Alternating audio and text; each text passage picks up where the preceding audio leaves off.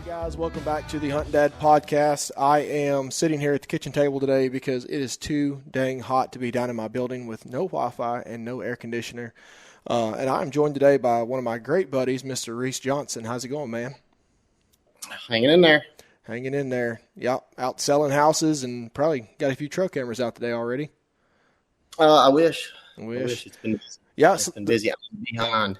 That's actually what we're going to talk about today is we're going to base it mainly around all about trail cameras and the early season strategies that's involved in that, and maybe mix in, just a little bit of early season strategy as far as finding deer, maybe not so much trail cameras. But before I get started, I do want to say thank you again to Moultrie, Latitude, and Water Feather, and congratulations to the winner of those three products, Chris Jacobson, Kevin Sims, and Landon Langley. I hope you guys enjoy all your new stuff, and it's been a headache to keep up with, to write down everybody's names, put a number beside it, and then get all that set up. It was a pain in the butt. But I don't have a dad joke, but I did see something earlier that I was saving for tonight. Are you ready for this? What you got? It's a video on Facebook circulating around, and it's a crime scene outside of a house, and it's a news reporter, and she says, we're here outside of the house today where the victim was killed by his wife for walking on his mop floors. And she hands the microphone to the cop and says, have you guys arrested the wife yet? And they said, hell no, we're waiting for the floors to dry. Oh, God. Reese, let's get a quick background on you. I know you've done a lot of these, kind of your career and how your career kind of gives you the freedom to do, all the things that you do, kind of like me. Yeah, so born in Arkansas, bounced around a bunch as a kid, Georgia, Mississippi, Arkansas, ended up in Kentucky, played college baseball, was over in Arkansas and Missouri for that, where I met my wife, and then moved back home. Once my playing days were over, there wasn't much to be said about that, but it got my school paid for. And so my dad, he managed national wildlife refuges and that's why we bounced around as a kid, government job. So he did that for 30 years, just retired this spring. So he was a MSU Deer Lab graduate, and so come by it honest. And so outdoors, hunting, conservation, we've done it all. Black bears, wood storks, migratory songbirds, alligators, you name it, sea turtles. I kind of had some fortunate experiences in that realm. And then, so that's kind of where it all started. And where I'm at now is I'm a real estate broker licensed in Tennessee, Kentucky, and actually just picked up Illinois. And so it's my day job. Sell a lot of houses, hunting farms when I get to. Those are, of course, my favorite. And then a little bit of everything. I got 3 kids, and that's enough to keep me busy. Yeah, that's no joke. I've always wondered, you're really good with words. And I was like, man, I guarantee you some of these places he's picking up to go hunt, I bet he's like, I bet I could cut you a deal on some commission if I could just fool with this place this fall. Does that ever happen, or is that like off the table? Hey, listen, I'm always looking for opportunities. Don't get me wrong, but it's one of those things. And people ask me, especially like trail cameras. Like I have cameras running on some of the farms that I'm responsible for selling if the landowner doesn't have any pictures to provide. Because if you handed me some drone shots or some trail cam pictures, I'll take the trail cam pictures all day long. I don't even need it. You give me that sells a farm. The hard part, what you gotta, of course, be honest with what actually came from that farm. I've seen the same deer circulate on many farms in listings. He just had a big circle, man. That's all it was. Yeah. So I always tell people on that subject. I always tell people it's like if I put the camera out, put corn out, or just put it out and let it soak if I can't do corn. By the time I get the pictures that I need to help sell your farm, I hope to already have had it sold. Yeah. By the time you find the right spots, especially if you're not familiar with it, it's like setting up a new farm, and that takes time. So hopefully, over that. Yeah. So, I think of you as the trail camera guy. I have for years. You run, I know you run multiple, quite a few. But I never thought of you as like the early season hunter. I know that you get a lot of intel, but you don't really start attacking it, until it starts getting nice and cool. And I know you'll go after one early if he's pretty consistent, but as far as early season scouting, what does that look like for you camera wise, and when does it start? And maybe to tack onto that, do you take in historical data into that kind of camera placement? Oh yeah, historical data is everything. But, I'm not the biggest early season hunter. I do not like to sweat anymore unless I have to, unless it's by choice. And so, I'm not typically even bothering to start till July 4th. That's obviously that's kickoff. And, granted, you can start whenever you want to. And sometimes, like this year, I'm behind. But there are other years, and it's like almost last weekend I had a minute, and I thought, man, I could go get some cameras out. Now would be a good time. So when you see those opportunities of, I got 2 hours here, you got to make the most of it, especially, full-time job, kids, ball games. If you see a minute, it's like, hey, I can run over here and I can put 2 cameras up, put 3 cameras up, just priority, getting them out, letting them soak, because all I want is that information. I got you. Yeah, I was kind of wondering your start date on it. And I've noticed for me, it seems like every single year I start to peel back a little bit from when I start, because I'm realizing the older I get, all that data that you're gathering in May and really even June sometimes is almost a waste of time, because I find that a lot of deer will still be kind of in their spring so-called area. And once the crops start getting up, soybeans start popping, native fields get up to a decent height, then they kind of move into those summer areas where you're able to target them in early September. But, like a new property or WMA, like where are you going to start on that property? WMA, whatever it may be, National Forest, what are you looking for as far as early season? Where are you going to start dropping your cameras? All right, so I'm going to divide this into public, private, and just start there. I've got opportunities to hunt both. And I've got cameras. I'm going to have cameras in 4 states this year, at least, I hope. I'm actually headed to Kansas this weekend, so that's a whole nother story. I'm going to get some cameras up and have some rolling. Nice. But so we'll start with private. That's the easiest. I've got a few leases. I've got permission farms. Don't really own too many farms. All my stuff is in the rentals at the moment.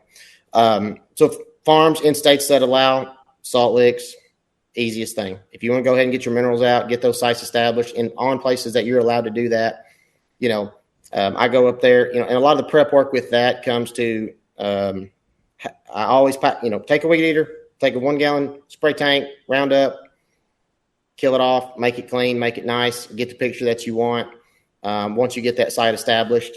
And so that's always the simplest, the easiest, and I will put those cameras out on those farms that I have that ability to do it and hunt on, and I'll just leave them be. And those are generally the ones that I don't put my cell cams on unless there's something I'm specifically targeting.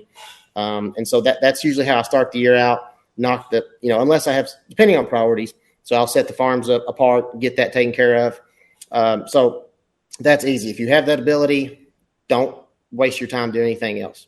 So in my opinion, you can do it. So we'll switch over to public, assumingly where you can't do those kind of things. So 99% of my strategy for putting in trail cameras this time of year is based off of sign that I found postseason scouting. So obviously I like to shed hunt as well. That is one of my things I really like to do when I have time. I like to put on the miles. And so my Onyx is color-coded and sorted to where I have pre-planned camera positions for certain deer before it ever greens up. So I could theoretically put those out in May or June whenever I want to, just to get them out there and let them soak. And so I have all these spots marked, and a lot of times, especially once green up happens, you get to one of these spots where I've got this pin, and it's like, why in the world did I put this here? But you try to figure it out. Trust yourself. Trust what you saw. Mm-hmm. I've gotten to the point where I start writing notes on each pin, like, okay, this is what I'm looking for, and this is why. Because after a while, you can only remember so much. Right. And so I'm working off of that data, and then plus when it's 100 degrees out, and I'm trying to be efficient. I got 6, 8, 10 cameras to knock out these 2 ridge systems because I have a particular buck that I'm curious about here. I'm going to go in. I'm going to get these up. And I'm going to get out as fast as I can. Mostly for my own sake and about being efficient. So not only while you're shed hunting, you should be reading the woods, reading the sign, and doing what you can to decipher that and determine, is this a logical spot, and is this an early season or is this a late season kind of setup? And so that's where the historical data comes into play. Being here in Kentucky, we get 1 buck tag, which that's the only thing that saves Kentucky, and I'm not going to go down that rabbit hole today. Oh, boy. But so having that ability and having the experience that I've been fortunate to have and shooting a few good deer along the way, I'm looking for the best deer I can find. I don't care where it is, public, private, whatever. I'm looking for that deer, and I'm going to because to me that chess match is everything, and that's where cameras save the day. If we couldn't do this, as and because that discussion has been had about taking trail cameras away on the public land opportunity, but there are deer that there is a deer specifically on public land that I've had pictures of since 2019. So that deer is 6. That's it. So I probably found him when he was 3. So he was alive at the end of last year. Not a deer that most people would target at this point. He's gone downhill, but it's the same deer without doubt. So they're out there, and you see these opportunities, but I have to be picky. I'm looking for that one buck. Now, when I go out of state and make those trips, don't have that opportunity to be picky. And it's kind of a relief because I don't have to worry about what's on the camera. I don't have to worry about managing this farm. I can go out there and look for the first good opportunity on something that makes me happy. Mm-hmm. And you have to mix that up to, if you're a serious hunter, you have to mix that in. Otherwise you're going to get burnt out just because there is thrill in not knowing, but also for me, winning the chess match is extremely important. So when I'm going into say public land, I'm assuming, I'm assuming most of the time that I have some historical data. I'm going straight to those pins that I've already marked because that's the plan. So let's just say I'm going into something new. I personally wouldn't take it too seriously or usually waste. So I'm not going to say waste my time, but I'm not going to spend a lot of time doing that because I think I have better uses of my time early season. Now, if I was taking an early season trip there, that might be different. To where a point that is what I wanted to do with my time and target that early season trip. But I really, especially from the historical data, in a lot of the public land, big wood settings specifically, these deer shift a lot harder than I think people realize. I know it's been said, and I truly think there's a distinct difference in the terrains and the types and the densities, and you kind of got to work through that as a hunter as you're growing up, getting older, figuring those things out as you're maturing as a hunter. Mm-hmm. But that early season shift and that late, those are two distinct things. So you got to figure out specifically there are 2 bucks that I'm hoping to target this year. I have only traditionally had their picture prior to October 15th. So I know that I'm going to have to get in there and hustle after this because I have tried to locate where they shift to. You can run these cameras for, and the thing about the big woods or, anything where they have the room, it's just easy for them to go around the camera. Just because it's there doesn't mean you're seeing them. Mm-hmm. And so I had it kind of broken down into whereas last year, the deer that I wanted to target, he died of EHD. He never showed up this year. But I had pictures of that deer and history with that deer for 3 years prior to, several sheds off of him. But he did not show up until that first cold front in October.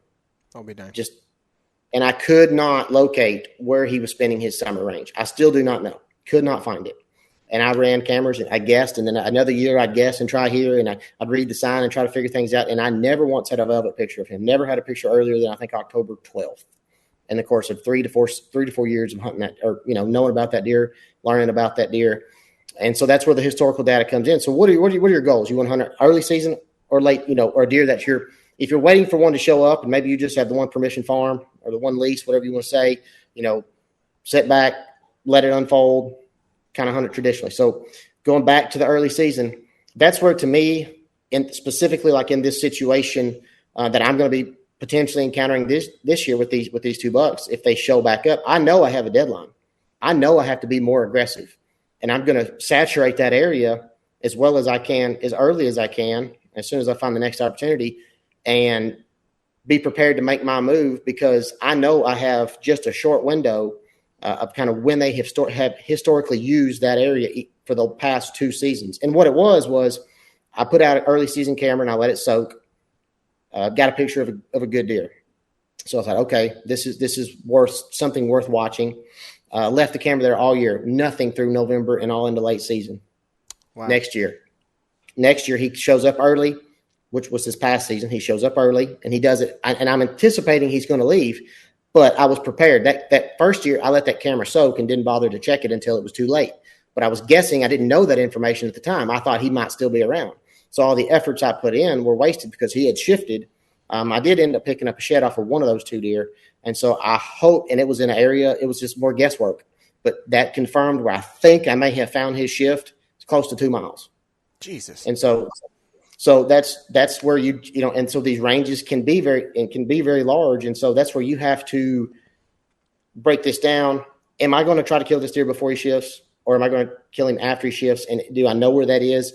And not every deer is like that. Some of them, sometimes it's 500 yards. Sometimes they stay right there. Yeah. The biggest analogy I can give is deer are like people, and everybody's different. Some people like to stay home. Some people like to go out. And that's why there's no standard way to do this. If you're looking to add a few new trail cameras to your arsenal this fall, look no further than Moultrie Products. Moultrie is one of the biggest and most trusted trail camera companies in the outdoor industry, and they have taken my scouting to a new level. The new Edge 2 and Edge 2 Pro cameras utilize next level AI technology like Smart Capture to do things such as trigger pictures on only bucks or only deer in general if you choose so, making false triggers on the wind or annoying raccoons over a bait pile a thing of the past. Another thing I love being a public land hunter is that the new cameras do not utilize SD cards, meaning nobody can steal your card and nobody can check your pictures. Not to mention, your old cell camera is giving you all those fits over faulty cards or needing formatted when you're miles or even states away. So if you're looking to up your scouting game this fall, check out these affordable, reliable, and easy to set up Edge series cameras. You guys can check these out at Instagram, Facebook, and of course MoultrieProducts.com. Hey guys, let's talk about gear, and not just any gear, great gear. Latitude Outdoors has redefined the game with their lightweight mobile hunting solutions over the last few years. Designed by passionate hunters, their mobile hunting gear is all about stripping away the bulk so you can explore deeper, trek further, and stay agile in the woods. Every piece is crafted to allow you to move and move quickly when needed. Latitude Outdoors has actually made me a more efficient hunter with some of their gear, ranging all the way from their 19-ounce Carbon SS climbing sticks to the OG X-Wing platform. And my new personal favorite, the Maverick single panel saddle. This thing is super minimal. You can fold it up to where it doesn't even feel like it's on your back. This thing was a workhorse for me last year. This thing comes in at a great price point. So if you guys are interested, please be sure check out their full range of hunting gear over at latitudeoutdoors.com. You can find their climbing sticks, platforms, saddles, and anything else you can possibly think of to get you in the woods and become a more efficient mobile hunter. Be sure to check those out at latitudeoutdoors.com, built for the mobile hunter.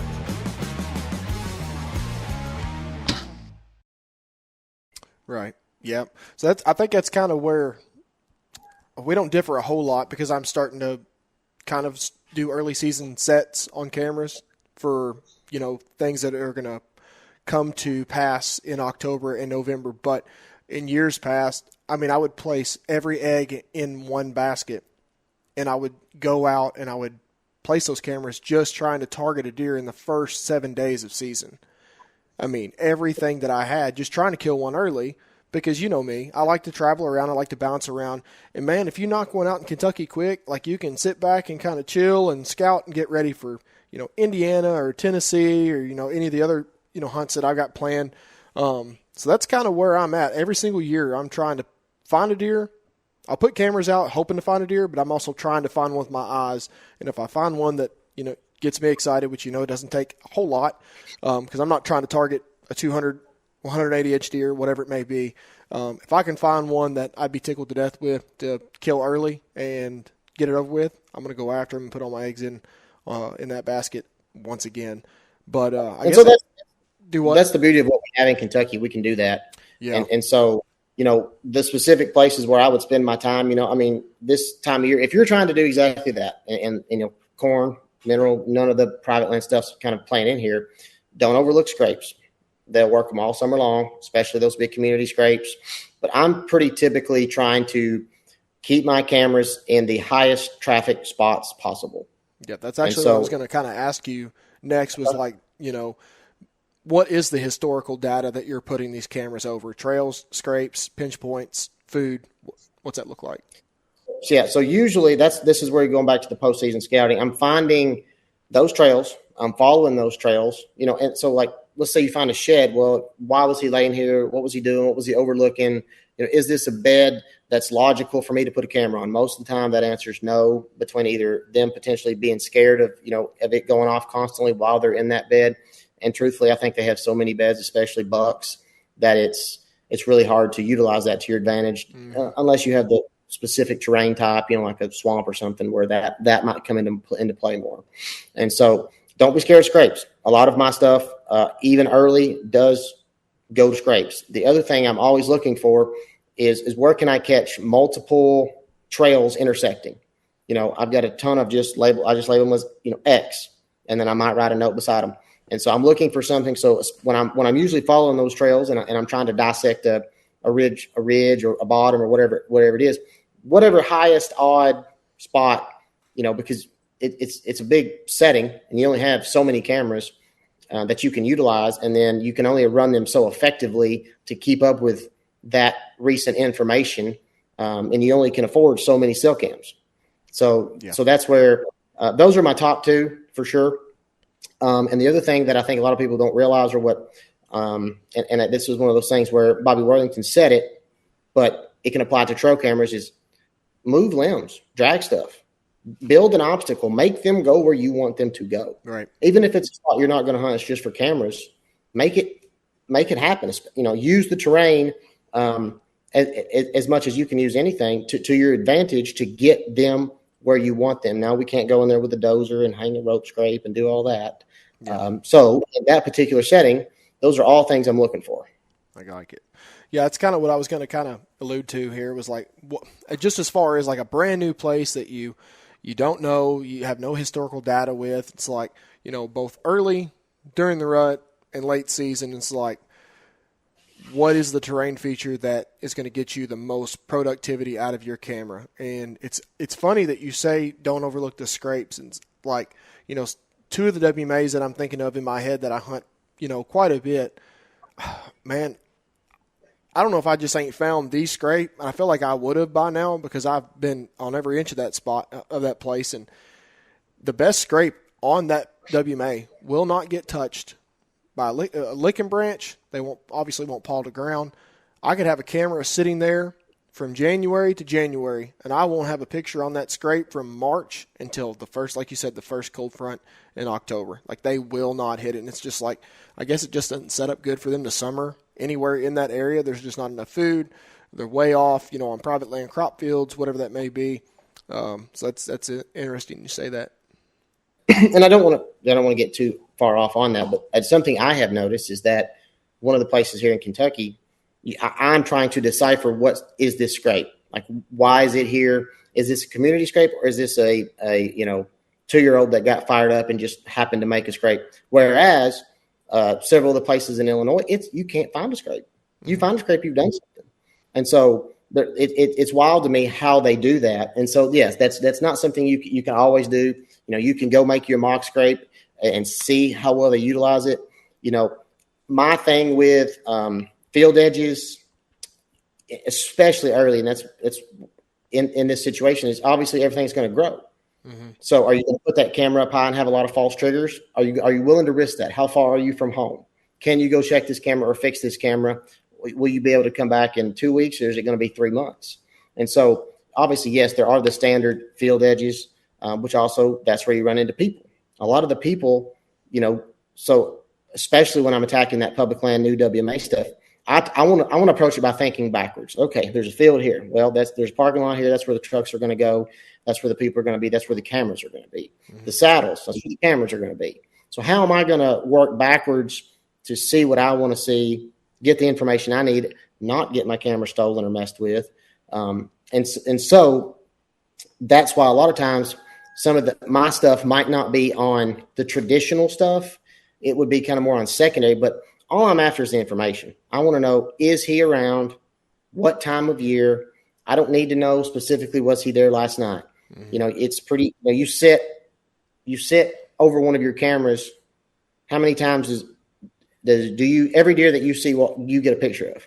You might see 10 deer, you might see 5 deer, but you might get one picture. Mm-hmm. Or they walk in front of it. It doesn't matter the brand. They walk in front of it, and you're like, where was the picture? Didn't see it. There's all kinds of scenarios there. So what I'm looking for is obviously those dates, anything I can pick up on, and then just is he simply in the area. Then I'm going to go from that point and turn it into what I know from experience on how to hunt and where to set up. Because we can obviously, it's been talked about, we can get too reliant on these. We can use them as a crutch. So you've just got to feel comfortable and hope that you get a picture every once in a while that he's still around.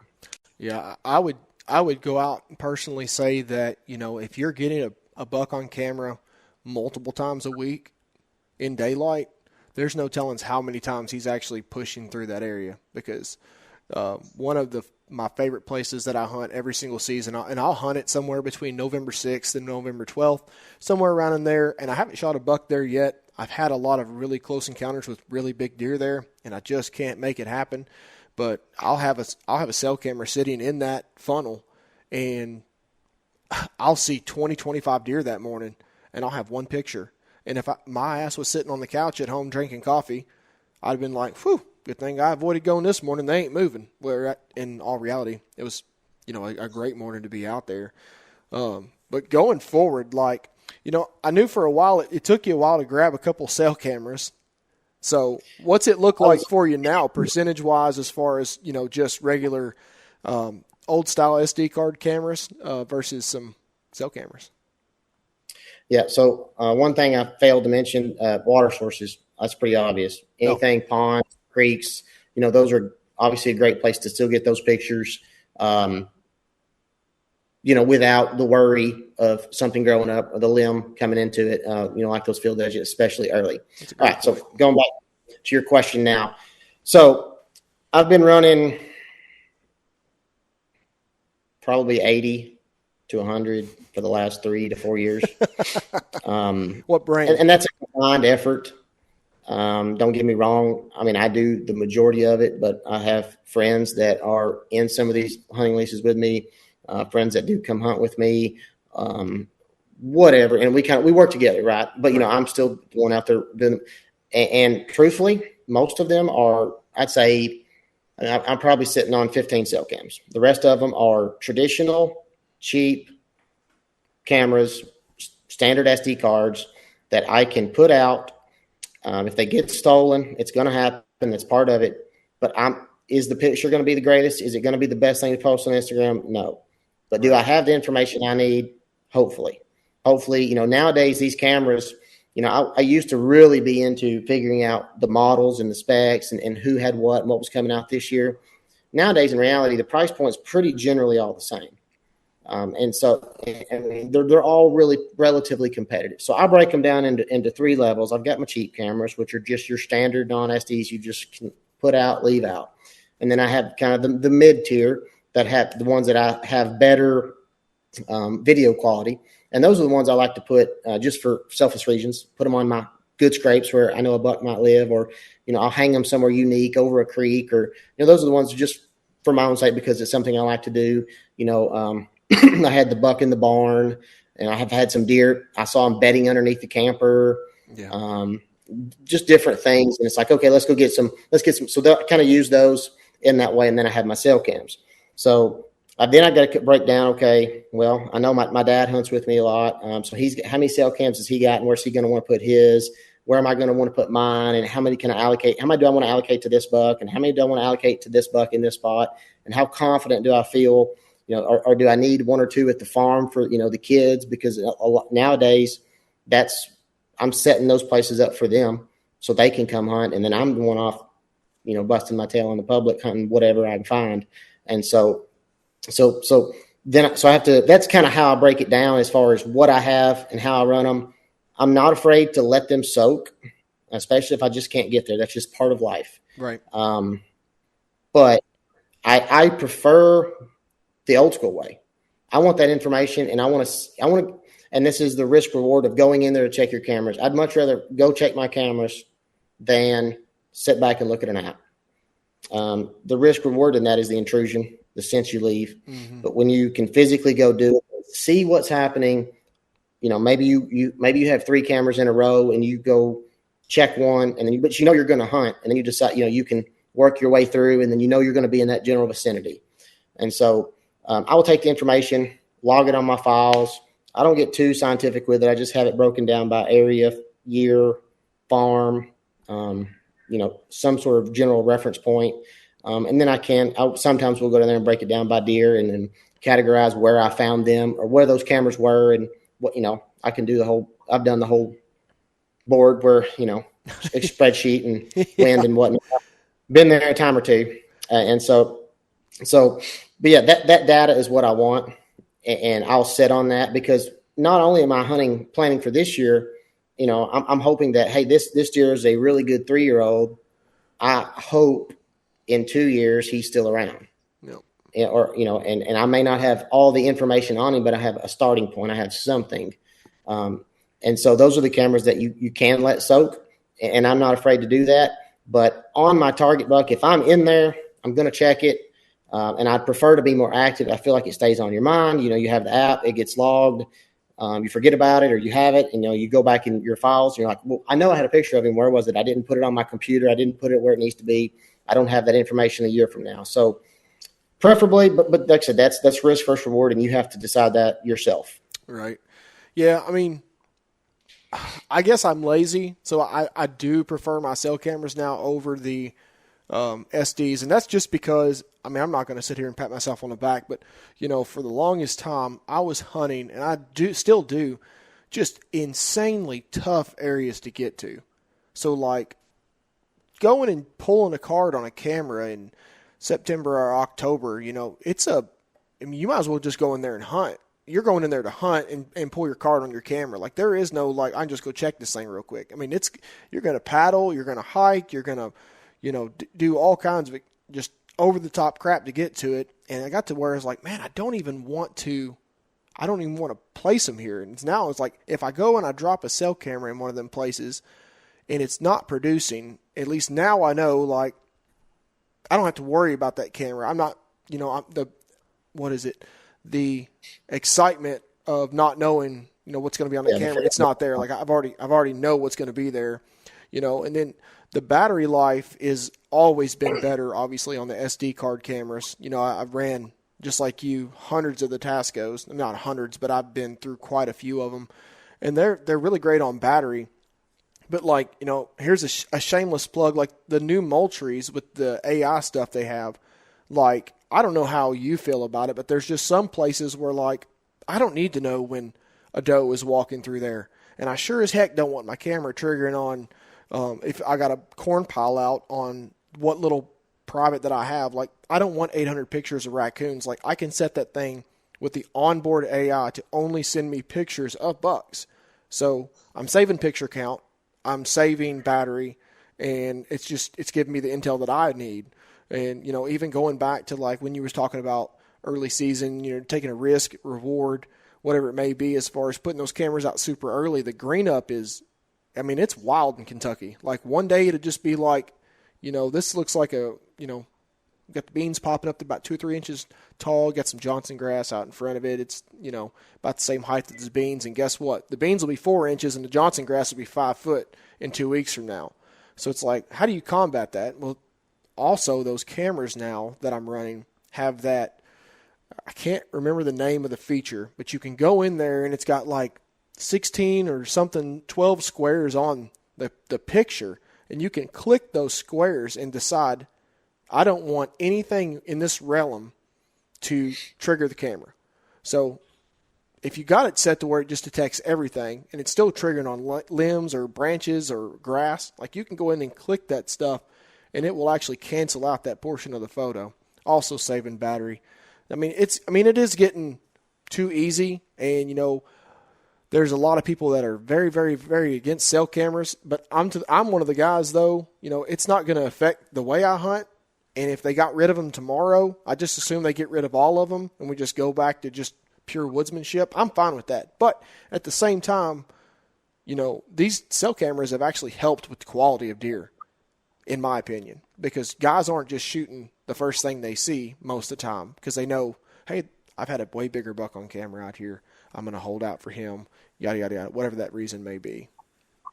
Yeah, and that's 100% right. And so cameras in many ways have saved just like the phone, have saved as many deer as they've cost them. People more. So, people, obviously they're willing to pass a deer they might not would have because of a picture that they had. There's another buck I can think of specifically that I could go into that area and there was no sign at all to tell you that there was a quality of that deer that lived in that. And without cameras, you would have never known something like that. And that's, every deer is different like that. They don't all make big rubs just because they have big antlers. And then my dad who managed those national wildlife refuges, his thought was he was a proponent for cameras because it gives people something to do. It's another hobby. You birding. Yeah, I mean, you may run cameras and not hunt. People do it. Yep. Not a ton, but the other thing is it gives the deer advantage. It's bad enough when you have a quota hunt, a rifle hunt, and people in there walking around pushing deer. But when you have the freedom to go do that, it's giving the deer as much of an advantage as it is a disadvantage, while also keeping people outdoors. I've never thought of it like that.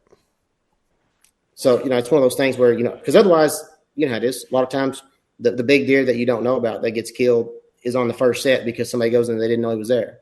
But if they knew he was there and they're running all these cameras, unless they were either lucky or strategic, there's a much higher percent chance they're going to blow him out or turn him nocturnal. I think you hit it on the head there. That is 100% right.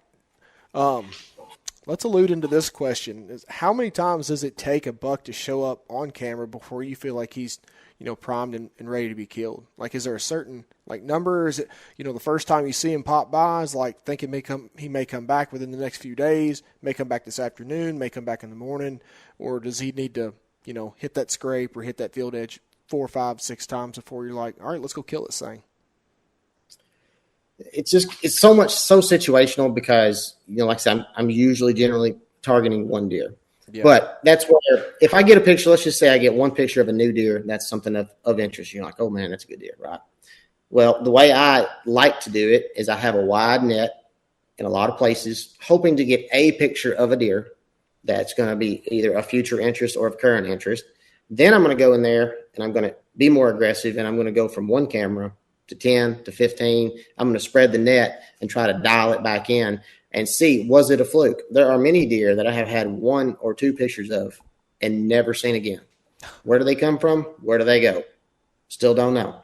And so it's one of those things where it is, and a lot of times that's during the rut. So you got to keep that in mind. Sure. But if you get anywhere where you have at least 3 pictures in a, one, I don't want to say it on one, but if you got 2 or more and it's in a relatively short time window, he's there and you better take advantage of it because they don't always hang around.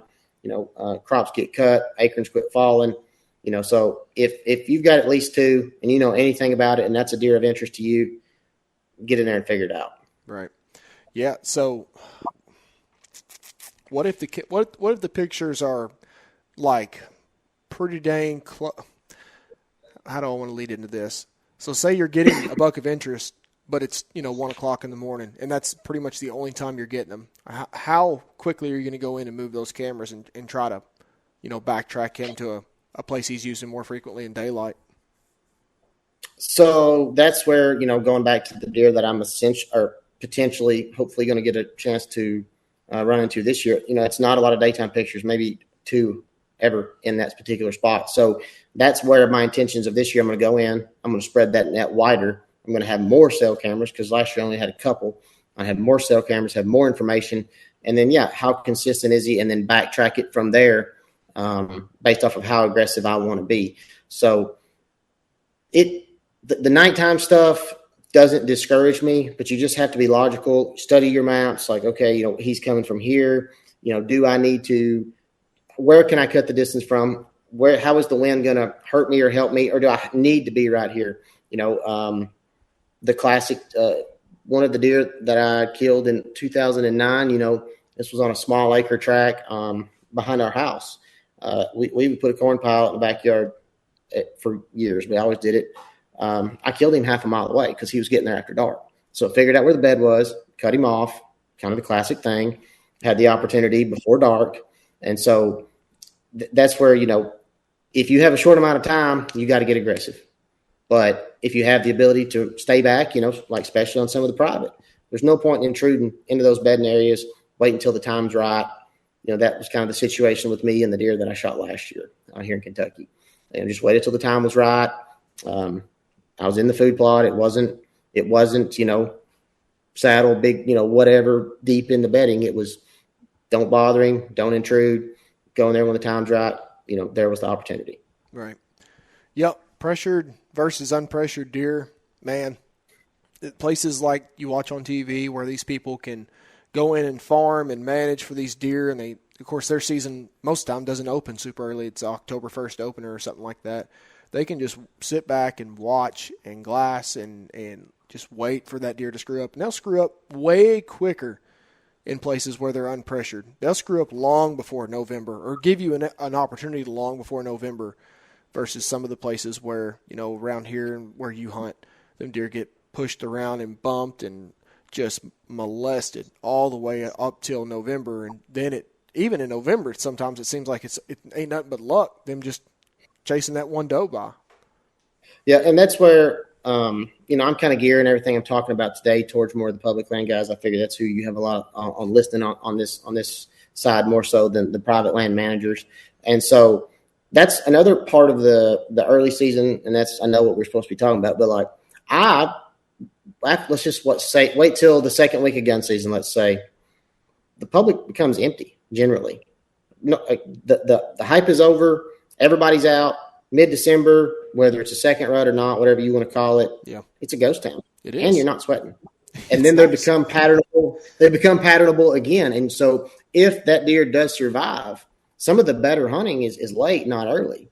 So you've got you've got early food, rut, late food, and so between the two, late can often be easier, especially on some of this public stuff because everybody's done. They're burnt out. They've tagged out. They don't want to be cold. Yeah. But a lot of times you can have that to yourself. Man, I almost don't even get excited about November 1st or 2nd anymore.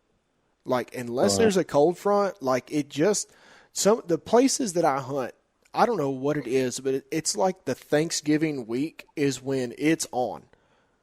You'll see an occasional buck chasing a doe, and I know I'm just missing a bunch of them.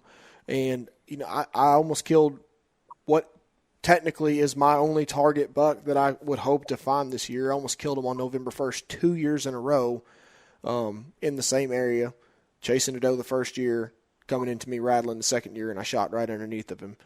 But, it seems like that area, it's like it dies off from that point almost till, November 18th, and it starts ramping up. And, man, some of the best action in this area that I live in and I hunt even comes in that second rut just because the deer density is so high. Not all the deer are getting bred. All the yearlings are coming in that time. And I get almost just as excited about hunting December muzzleloader season as I do the initial gun season. Oh, yeah. And then that's in especially family-wise, work-wise. But once Thanksgiving happens, the work world shuts down. Nobody wants to do anything. Mm-hmm. And so it's much easier time to get away because you can't, you can try, you can do what you got to do. So for me, busy season, obviously spring, summer, early fall, it kind of fades out. And part of that's because I'm not answering the phone as much. But the other part is, it's easier to do things. You got more holidays, everybody's off. I get some help with babysitting, that sort of thing. Mm-hmm. And so try to take advantage of that. So that's how I've shifted my life. I used to be, all about the getting excited early and doing all the crazy things. And now I just try to be more patient and use my days for when they count. And a lot of times, so really, unless you have something specific that is worth getting in the woods for, that's how I view it now. Let's see. Right on. Well, there's this looming thing that I've kind of tossed around for years, and I've only encountered a few deer that kind of acted weird about them. But how many deer on average, just out of every 10, just for a number, do you see either avoiding cameras or they booger them? It'd be hard to put a number on, but I'd say it's way more than you think it is. Mm-hmm.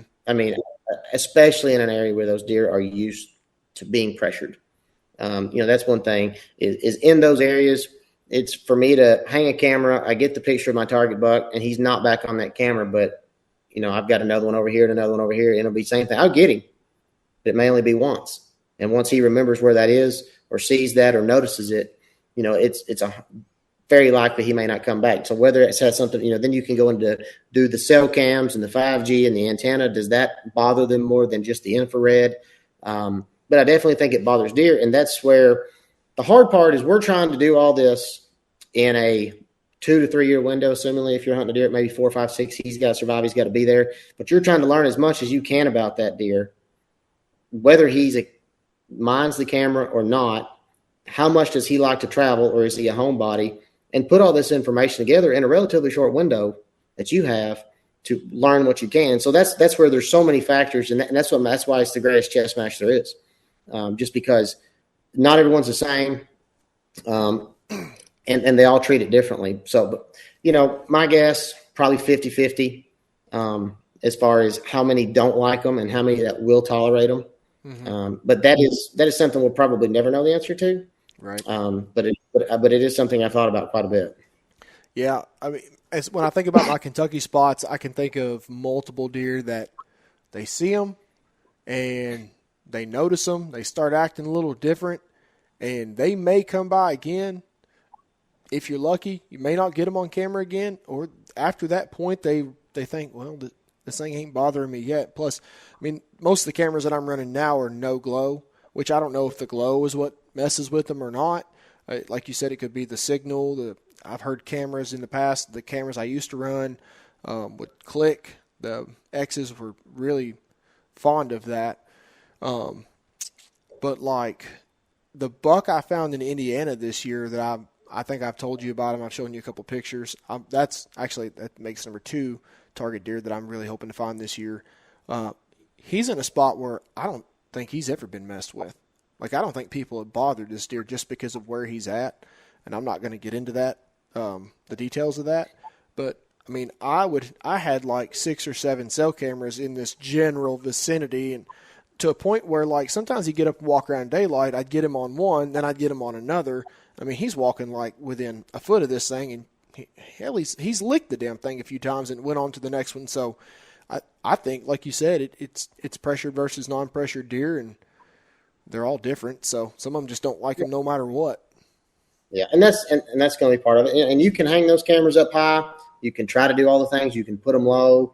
I've tried it all. At least I feel like thought of everything I could think of. But for me, I want the best picture possible, and for that reason, I want the information. Like I just need to know, is that the deer?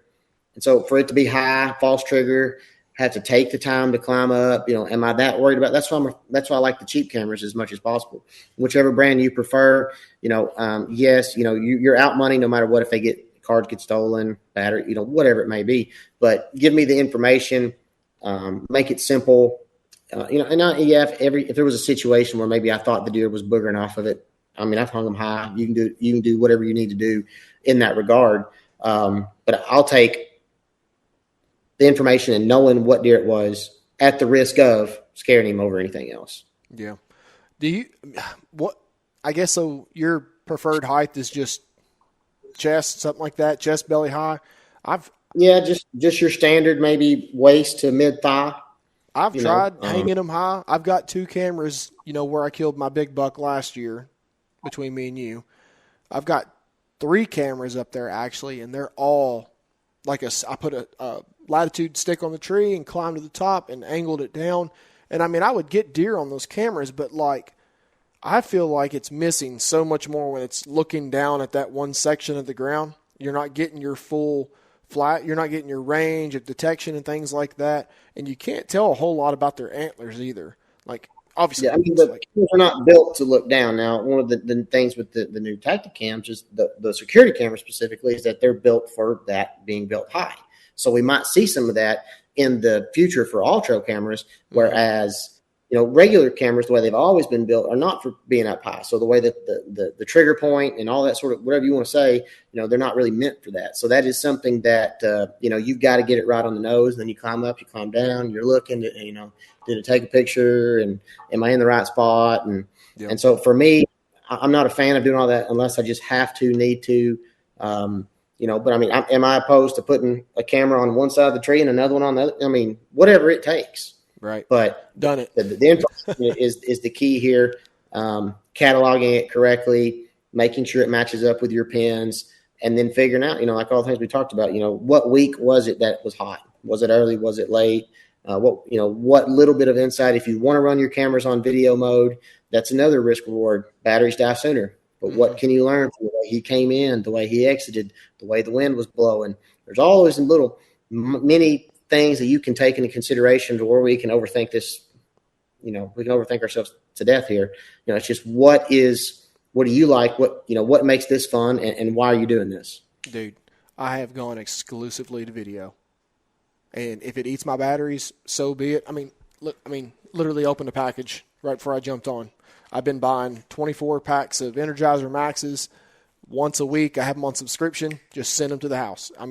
I'll burn through them. I'll use my battery boxes where I can. Sometimes they're hard to pack in. But that video is just golden information. Like, I'm able to see, was he chasing a doe? Was he following a doe? How long did he work this scrape for? Did he paw it? Which way did he? Like, sometimes you get a buck that'll walk up to a scrape and you get a picture. It's like, oh, cool. He's at the scrape, whatever it may be. And then you go on with your life, and it's like, he probably just kept walking that way. Well, the buck I'm talking about in Indiana that I found, he would come up from this bottom where he likes to hang out, hits that scrape, does a 180, goes right back where he come from. And it's like, I'd have never known that if it wasn't on video mode.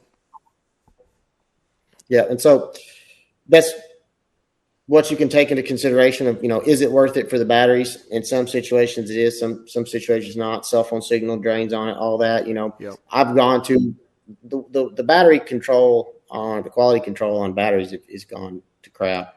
It has. I feel like the 2020 mark is about when it happened too. So for me, I'm scared. I'm hesitant to buy lithiums this year. They're so expensive, and I had such a bad round with them last year. On the everything on the private, I've gone to battery boxes, ammo cans, 12-volt batteries, get the cords, and I've had great luck with those so far. Outside of the batteries, still having quality control issues, and not all the 12 volts lasting very long. They don't last over a year. But none of mine do. I've had great luck with those so far.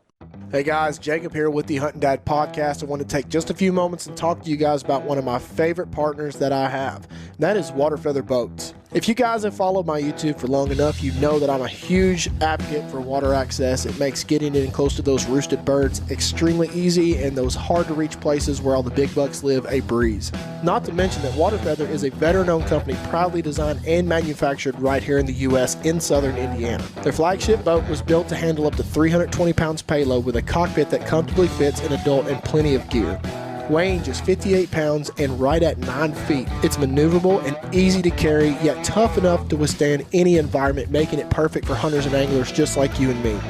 It's even rated up to a 2-horsepower motor and comes with a built-in platform often used as a dog stand or extra gear storage. Lastly, Waterfeather has just introduced a brand new custom bond in mossy oak, making it ideal for duck hunters. There are plenty of ways to get on the water, but this one stands out as the best for me. Born and bred in the USA, this is the Waterfeather. Go farther, go feather. Hey guys, Jacob here with the Hunt Dad Podcast. If you guys have followed my YouTube, DO3 Outdoors, for any amount of time, you know that I'm a huge fan of companies that build a great product that even the blue-collar guys like me can afford.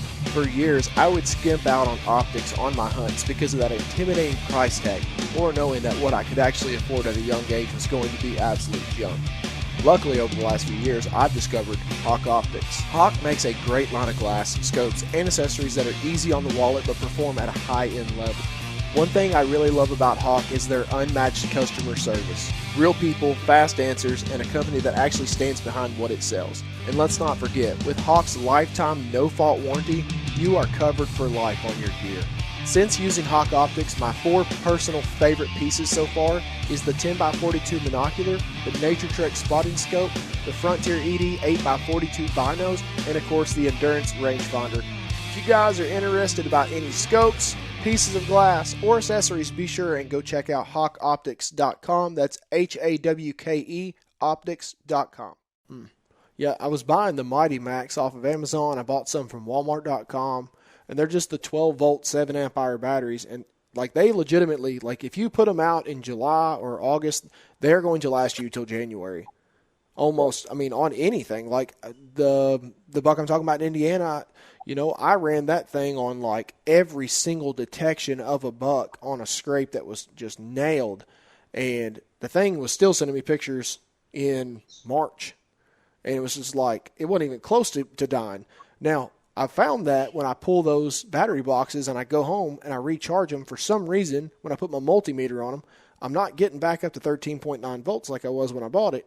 And it's just like, why will it not take a charge? And I don't know if you're having the same luck as me or not, but I get about a year out of them. But you're spending $20 on them roughly if you buy like 2 or 3 at a time. $20. I mean, that's what these 24 AA batteries cost me. Is right at that amount. But they're lasting that entire time. So I don't know. It does cost more to run a battery box, but they're worth it on private for sure. Oh, yeah. I've gone that route, and I've got enough where I can just, even if the battery doesn't need to be changed now, especially if it's a corn pile or a feeder or something like that, at the farm, I'll just change it anyway. I'm going to go fill the feeder. I'm going to change the box. Just stay ahead of it. Just because I don't want to be caught. Just don't want to be caught with it. I like the Rayovacs myself as far as the batteries that I would prefer. Just for cost and life. And then, when I pull them in, I put them all on a multimeter every single year, and before I pull them out, I'll test them before I put them in the camera, because sometimes it's just one battery that goes bad. Yep. And that's all it can be. So I have distrust in them. So I'm not sure how I'm going to approach the lithiums this year. As far as you wouldn't, what I'm going to do on public, whether I'm going to stick to the alkalines or go with the lithiums. You wouldn't believe how many battery boxes I found on cell cameras during shed season on public. I mean, people are sticking those things everywhere. Sorry. I'm scared. I'm scared. That's too easy to mess with. You pull the plug, it's over. Seen some creative. Not wrong. Always back them up. You can put batteries in your camera, and then you can plug those things in. And squirrel pull them out, raccoon pull them out. And that's so another little thing that on that is I bought an extra round of straps specifically to put on the strap so that it's not hanging loose. Mm-hmm. So obviously you have a strap around your camera, but I put in a second strap around the cable to keep that tension tight. So if something does come up to it and step on it near the box, possum, coon, deer, whatever, it's still tight up against it. Nice. And so it's another little thing that. And then another thing I heard the other day that I hadn't thought of, I was listening to a different podcast. This guy was talking about putting Rain-X on there, fog, that sort of stuff. Hadn't taken it quite to that degree, but props to that guy, because that's probably something I'll be doing this year. Right on. That's kind of one of the last things, second to last things I want to get into is trail camera tips that you've learned over the years, as far as what batteries do you like? How do you deal with sun glare, with fog?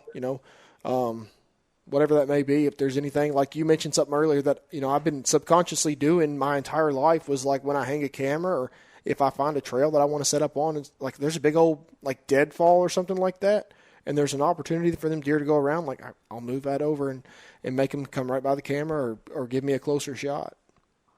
Yep. So, that's what land management is for private land whitetails, is dozer work, screens, highest probability. Deer are lazy, and by lazy, I mean efficient. So, burn the least amount of calories to accomplish what they need to accomplish. So same theory goes on public. So you got to figure out, your situation and what applies. But so that is 100% manipulate it in whatever way you can. If you can spray Roundup, if you can, think I'm not going to be, you might think you're going to be back here in 2 weeks, but what if it's 3 months? What could potentially grow up here? What limb could come from nowhere? And, there's nothing that'll make you madder than checking a camera and it'd be full of false triggers, and you just wasted it. Yep. And it's got 3,000 pictures of grass. So, every time I set one up, you try to sit here and, look at the settings, what direction am I facing? Do I care about the sun? Does it matter here? And so, yeah, I'm pretty normal to stick to the standard height for the most part. Try to definitely pay attention to my surroundings and make sure of that. The battery boxes have been a big thing of for the last few years. Trying to figure out what's the most cost effective, and it's wild to see how far we've come with the technology. You know, I've still got a deer cam in the box that took film, and I've still got some of those film pictures that my dad developed back when we lived in Arkansas, and that was the big thing. And I've still got some Cuddybacks in a box that run on D batteries. So it will be interesting to see where we go with the technology in the next few years. And so it's really cool because, I mean, we got into this. You know, I remember it was like 2009 buying those Scout Guards, and they didn't even have a screen. They had a remote you plugged in, and they were the ones, and they ended up getting, I think, bought out by Bushnell and kind of went that way. But now they're so effective, and so, you know, I already said that already. But as far as specific things, I'm trying to think. You know, so I run the straps on the second one. The battery boxes are a big one. You know, you can buy those antenna stabilizers if you want. I've actually had some pretty good luck with the extenders. You can buy them aftermarket or through most general company. Signal extenders, signal boosters if you need them. You know, depending on the spot. But yeah, most of the time it's just paying attention to where you're putting it, why, and what could go wrong. Gotcha. Yeah, well, that was going to be pretty much my last question is what is the number one mistake guys make when placing trail cameras? Yeah, that's pretty much it. You know, not anticipating, you know, what could happen. You know, I've had cameras. I've put cameras on trees, and that tree fell. I had one survive, you know, a tornado or crushed by a tornado. You know, it's going to happen, and that's where, you know, if you only have X amount of dollars, you know, set them aside like your subscription. Set them aside, buy a handful of cameras each year. Get something you like, something you can afford. They don't all have to be super high end, you know, just to get the information that you need. And so I'm a firm believer, you know, in approaching it that way. And then, yeah, every time you go to Walmart, throw a Tasco in the shopping cart. They'll never know. If you honey, I'll go buy the groceries. Just, you know, throw you a camera in there every time you go. Don't just lose the receipt on the way home. And as high as groceries are now, they'll never know. Yeah. Eventually you'll end up with a pile like this. It don't take long. Oh, God. I do want to say this. Something that I've done in the past is buy a bag of zip ties because there's nothing in any book that I've read as far as Kentucky, Indiana, Tennessee. You know, some places, I mean, I'm packing a saw with me regardless. If there's a dead limb or something, I'm cutting it. Like, you're not going to tell me I'm not going to cut an already dead limb. I mean, but I'm not also going to go hacking away on brand new, you know, growing, sprouting up white oaks. I think that's insane. But take you a bag of zip ties with you. You can pull the limbs back out of the way, tie them off, just cut them off. Just take some scissors with you in your bag when you go to pull it, cut them, and bring them out with you. So, yep, any little thing you think that would give you that advantage is well worth it. I'm trying to think if there's anything else on that specific subject. Well, I don't know. I feel a little rusty. I'm behind. Yeah, I'm fixing to get a crash course this weekend, though. I'm fixing to get right back into it. I usually keep everything. One thing I will say is as far as the SD cards go, I try to keep that SD card in that camera. Which is, you know, for a long time I carried a little book, a little something to keep SD cards in, and then you're switching them and you lose one, you drop one. Oh, God. I try to either take my laptop or my phone and get that and then immediately get it to my laptop for organization purposes. And rather than having 100 SD cards laying around or whatever it may be, you do this long enough, you will accumulate them. So I'll buy at least 16s because that goes back to what if you have a round of false triggers and you can't get there. You want the space as much as you can. So buy the bigger ones. They don't all have to be class 10s. If you have some lower end cameras, you can buy some cheaper ones. But yeah, I like to keep the same SD card with the same camera. And that was something I learned a long time ago that was mentioned, you know, in a podcast somewhere. And that was just on the technical side of things is that you shouldn't be changing SD cards from cameras. If possible. So I leave in. And I know we're all going away from SD cards, so that's a whole nother thing we'll encounter in due time. That is the double-edged sword with my Moultries. When I'm prepping for season, if I'm in mid-season or whatever, there's nothing more that used to make me mad than grabbing a camera, heading out, either losing it or you don't have one with you. Or like Spy Point's biggest issue back in the day was the faulty formatted cards. Like, it had to be, that thing had to be perfect for it to send pictures. Like, everything had to go right. So, leading up to season or going through season with the new Edge 2, whatever, like, it's great. But then come January when you're pulling them all and you want to sit in front of your laptop and you want to go through them all, it's sad. You don't get to look through SD cards for hours on end. They're all just on your phone, which is, I mean, it's good. Like, I would rather have it that way. That way nobody's pulling my card, nobody's checking my pictures, and I don't have to worry about faulty cards, which just don't buy cheap cards if you're using cameras with, that are still using SD And that's cards. going to have to be the next big thing for these show camera companies, would be my assumption, is there's got to be an organization software. I mean, they're in that app, but you got to scroll and go try to remember which camera, which day, and now you've renamed it, and now you've moved it over here. Yep. There's got to be a way, because if we're not going to have SD cards, because that's exactly what, once season's over, I go pull them, those cell cams that have been out since July, and it's, oh my gosh, I've got to go through how many thousand pictures? Mm-hmm. And so I do it because I know that I need it. Usually by that time of year when you're pulling them, you're burnt out and it's tired and you don't want to look at them, but you got to have it. And so that will be interesting to see. I think there's got to be some sort of integrated software that's going to have to come along to keep your stuff together where you can go back and get that historical if we're not going to have SD cards. I'd like to see them all built in with like internal storage that you could just plug into like a USB-C or something port on the camera. And it has, a set amount of gigabytes, but it'll just loop. So if something does happen, you lose your phone or, I could go on and on and on and on. You forget to download them. You accidentally delete them.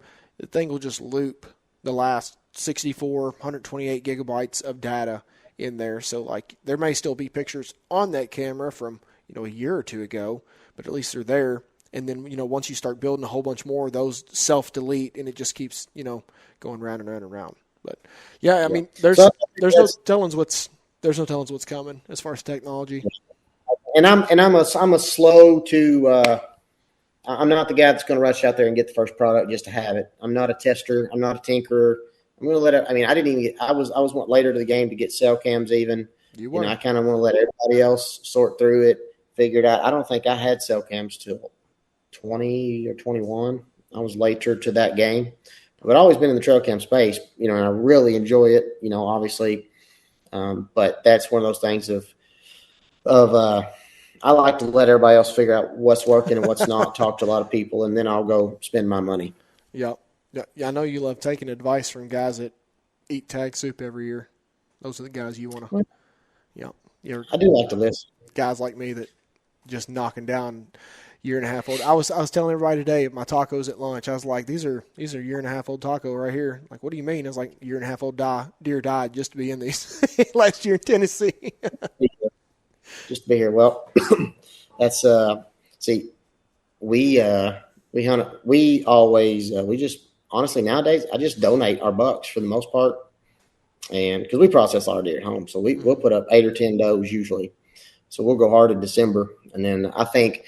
For the last 2 years, we pretty generally do it around Christmas Day, where we always we will take the burger, freeze it, section it off, freeze it, and then thaw it out, and we'll do burger as a family. Somewhere around Christmas Day, we put up 120, 130 pounds of burger, and then that'll feed my sister and my brother-in-law and her kids, and mom and dad, and then of course my family. And that's kind of the way we've been doing our meat processing, and it has seemingly been worked out because. The thing with bucks, and that's where, I love the, some of the hush or some of the similar things where you can donate these deers and it can help people. And that's really nice to have, but it's also like you're, selfishly as a deer hunter who's chasing big deer and it's November and I'm trying to kill one in this state and get to the next state and get to the next state. I don't want to process it and quarter it and wait on it and do it right because I'm going to keep going. Yeah. And then so that's where I've kind of developed with my dad. We kind of developed that method and it's worked out pretty well. That's awesome. Yeah, I think I put up four bucks last year in the freezer, all of it burger meat, and 2 of them, one was donated and the other one was so full of infection, man. That was hard to walk away from that deer, but it was disgusting. Yeah, and nowadays, you got with all the CWD and trying to get across state lines. That's where he was. Tennessee buck. It's not worth, it's not worth the headache of trying to process it or debone it just to take it home. Go donate to a processor. Give me a skull cap, euro it, whatever. Let's get back home. I'll shoot a doe. We got plenty of does. Everybody should shoot some more. I agree. That is on the docket this year. I need to shoot more does. But, man, before you jump off here, run me through your season plans because I got mine set in stone earlier today. Yep, no big deal. I just got Kansas and Iowa. That's it. Kansas, Iowa, and Kentucky. No, I have gone out to Kansas twice now, and I've hunted public both times. I've thoroughly enjoyed myself. I love it out there. But my dad wanted to go, and so he found an opportunity for a lease. So not really what I wanted to do, but did it with him. He feels more comfortable that way. He doesn't want to sleep in the car for 6 nights in freezing weather and bounce around the public battle hunt. So that's that. And then I got Iowa late season. So that'll be my late season muzzleloader tag. When it's freezing cold, I'll go up there. Obviously, I've got Kentucky, and then the rest of it's going to be fill-in as, if I were to kill out early in Kentucky and have some opportunity. Illinois, I will have some cameras up there. I'm not far. I can hop across, see if or if something shows up. That's hunting in Illinois is about like I've got farms that are further than some of the places I hunt in Illinois. So that's always an option. And then, can't overlook Indiana and Ohio. And Missouri. Yeah. It's just tentative. Yep. It's always good to have backup plans as far as weather and tag availability and tag prices. That's kind of where I'm at now is, I found out that my Tennessee license is good going into this season. And even though I killed my 2 statewide bucks, I can still go down there and hunt without having to repurchase it. So I'll start down there per usual. I'm really, really hoping I can find a velvet buck in Kentucky because it's been years since I killed one here. God, I can't even remember the last time I killed a velvet deer in Kentucky. It's been a hot minute, but of course, Indiana. I paid for my Nebraska tag today. I drew that unit down there that I've been kind of waiting a couple years to go to, and I'm pretty fortunate. Curious to see how you do with that one. Do what? But I'll be curious to see how you do with that one. Well, luckily I've got Andy May in my ear telling me yes or no on the areas that I've been sending him. So. I've seen what he's drug out of there, so if I can drag out something half that big, I'll be tickled to death. But, yeah, I'll be doing that. And then my sleeper is either Illinois or Missouri. I'd like to try one of those. If Steve has a big camp out there during rifle season, I may go out there and just hang out with the guys. Plus, it's half the cost of Illinois. And late season Iowa. Let's go back and freeze to death. Yep. Well, that's the beauty of those states is, you tag out here early, door opens, you go to the next state, you have the availability, you have the money, you have the time, go try another weekend. And so that's how I'll those are the only 2, the draw states. Those are the 2 that obviously you're committed to. Everything else is, and then try to figure out where to, hopefully I'd like to go back out west next year, but we'll see. Yep. That is, I almost put in for the second draw in Colorado. And if you're out there listening to this, just remember, if there's under 100 tags, Colorado's just trying to take your money. A youth 4th preference in the second draw is still more important than your first. So if you want to donate money to Colorado, go ahead and apply for a tag and then be pissed off when they post the results and some little kid that's going to be out there with his dad is going to shoot the bull elk that you wanted to go kill. So anyways, guys, let's wrap this up. Reese, I appreciate you coming on, dude. It's been a little bit over an hour.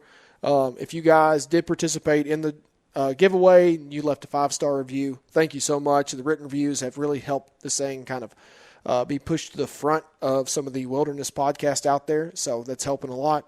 If you haven't yet, subscribe. This course will be on YouTube as well over on the DO3 Outdoors channel. And anyways, we'll see you next week. Appreciate it.